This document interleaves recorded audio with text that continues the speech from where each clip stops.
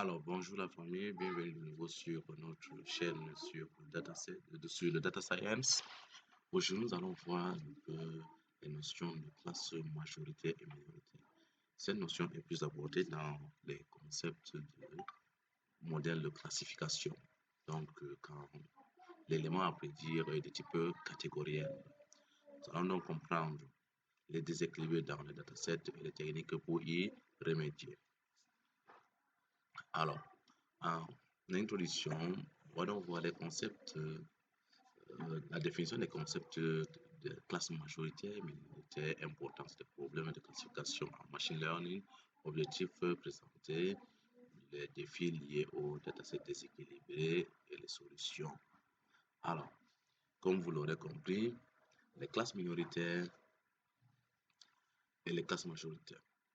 La classe majoritaire, la classe la plus représentée dans un dataset. Ça veut dire que dans une colonne, nous avons plusieurs classes. Par exemple, pour les ou bien c'est pas un truc dans le champ et que une classe est plus représentée que les autres, cette classe est appelée classe majoritaire. Ou bien par exemple, nous avons un 0.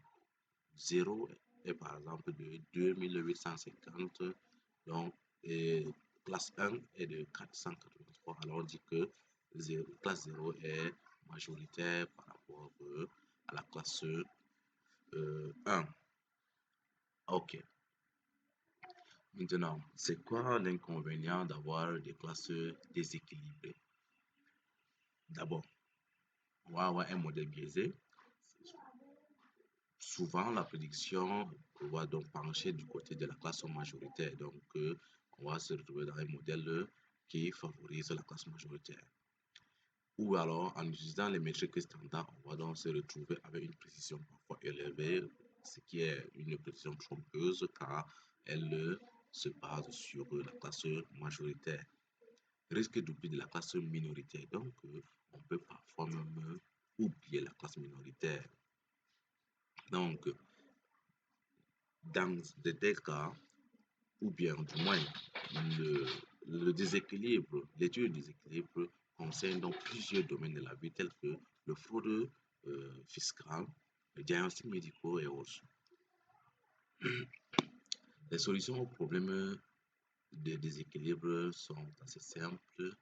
Dans ce cas, nous allons donc voir une des solutions qui est l'échantillonnage ou bien le sampling en anglais. Alors, il existe deux types d'échantillonnage. Le undersampling qui réduit, qui fait une réduction de la classe majoritaire et le oversampling qui fait une augmentation de la classe minoritaire. Alors, j'explique un peu à peu près chaque élément. Donc, je vais donc commencer par le undersampling. Le undersampling consiste en effet à réduire le nombre d'exemples de la classe majoritaire afin de rendre équivalent au nombre d'exemples de la classe minoritaire. Alors, comment est-ce qu'elle fonctionne? Le undersampling fonctionne de la manière suivante. 1. On identifie la classe majoritaire avec le plus d'échantillons. Ensuite, on sélectionne aléatoirement un sous-ensemble d'échantillons de la classe majoritaire. On conserve tous les échantillons de la classe minoritaire. On crée un nouveau dataset équilibré en supprimant des données de la classe majoritaire. Voilà à peu près le fonctionnement du undersampling. L'avantage, c'est que on a un dataset réduit, ce qui facilite donc, qui réduit le temps de calcul. Mais par contre, on peut donc se retrouver face à un problème de perte d'information. Et également, c'est facile à implémenter. Alors, nous allons donc voir aussi expliquer brièvement le oversampling. Le oversampling, par contre, consiste à augmenter artificiellement le nombre d'exemples de la classe minoritaire pour équilibrer avec la classe majoritaire. Les étapes du oversampling sont les suivantes. 1. On identifie la classe majoritaire. 2. On génère de nouveaux échantillons pour la classe minoritaire de différentes manières. Par exemple, la duplication, copier plusieurs fois les classes existantes, ou alors le SMOT, ce qui est même plus utilisé, le Synthetic Minority Oversampling Technique. Créer de nouveaux exemples en interpolant les valeurs entre les exemples existants. Donc, dans le cas de pratique, nous allons voir plutôt le SMOT. Dans les méthodes avancées, en tout cas, c'est pour l'échantillonnage, on a le SMOT, génération des données synthétiques, ou bien le time link, le tomic link, nettoyage et équilibrage.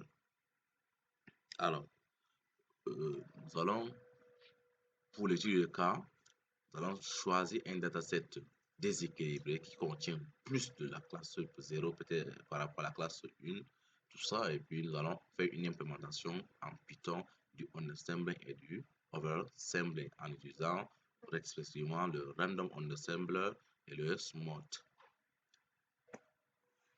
Alors, à la fin, il va nous falloir faire une évaluation des modèles sur les données déséquilibrées et en même temps ensuite sur les données échantillonnées. Alors, les métriques standards telles que accuracy ne souvent plus suffire pour un tel cas. L'occurrence sera donc biaisée, trompeuse.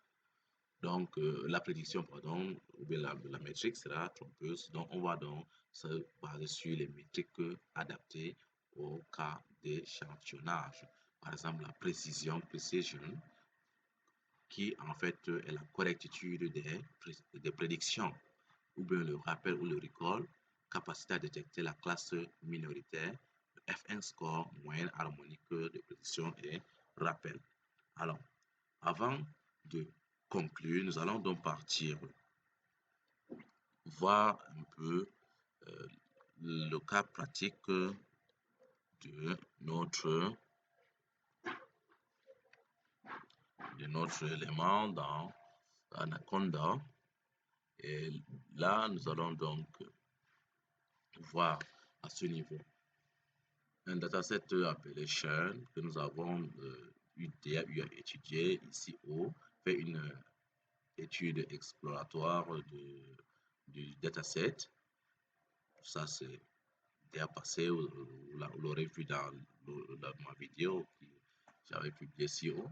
Alors, là, je vais donc commencer sur la partie concernant l'échantillonnage. Pour cela, je commence par détecter la classe majoritaire. Alors, je fais donc df churn.value parce que je cherche à prédire le taux de désabonnement des clients. Donc, le churn est soit oui ou non, donc 1 ou 0. Je vais donc churn.value count. Ici, j'obtiens bien que 0 est de 2850 alors que 1 est de 480. Donc, il y a un déséquilibre. Je vais donc importer la classe count pour pouvoir ensuite l'utiliser. Alors, on va donc commencer par l'échantillonnage du oversampling. Le oversampling, donc, on va donc l'importer dans le module Himalayan Oversampling et on va donc importer le SMOT. Alors, on va faire comment? On va, à ce niveau, subdiviser, supprimer supprimer churn de la colonne churn du dataset pour pouvoir faire notre activité en toute quiétude. C'est assez simple, je vais vous le montrer.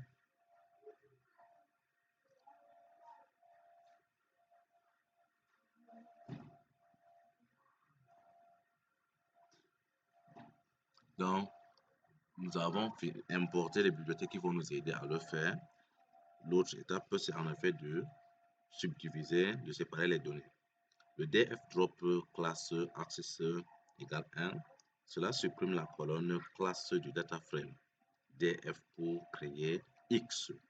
X contient toutes les caractéristiques, c'est-à-dire les features des colonnes d'entrée utilisées pour prédire la variable cible. Axis égale 1, cela signifie tout simplement que nous supprimons, la suppression se fait sur les colonnes par les lignes DFE Maintenant, pour YDFE, le churn signifie qu'on extrait la colonne churn, qui est la variable cible labels que vous voulez équilibrer.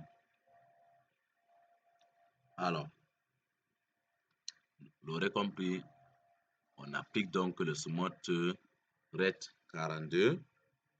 Le smoke RET 42 fixe le RET 42, le random state 42 fixe une grille aléatoire pour garantir la reproductivité. Les mêmes résultats à chaque exécution, c'est-à-dire que peu importe l'entrée, on a le même résultat. Alors, ce 42, vous pouvez choisir n'importe quel autre entier. Juste que dans le monde du développement, c'est devenu une référence suite à une histoire passée, et cela est resté comme un hommage à cet événement.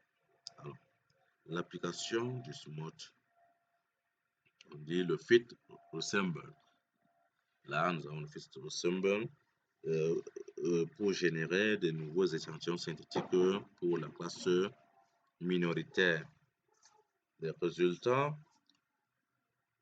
XRES contient les features après oversampling, les nouvelles lignes ajoutées, et YRES contient les labels après oversampling, inclut les labels de nouvelles instances synthétiques. Donc, vous l'aurez compris, l'implémentation du oversampling est également facile. Et c'est le même principe donc avec le undersampling. La seule différence qu'on utilise le random undersampler.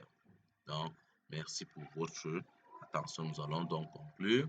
Les datasets des équations sont courants dans de nombreux domaines, principalement les fraudes dans la fiscalité. Les techniques comme l'undersampling et l'oversampling peuvent donc améliorer les performances d'un tel dataset qui est des équipements importants des métiers adaptés pour l'évaluer. Bon, à ce niveau, il faut savoir que l'évaluation à la fin est importante pour notre dataset. Merci pour votre attention et à bientôt.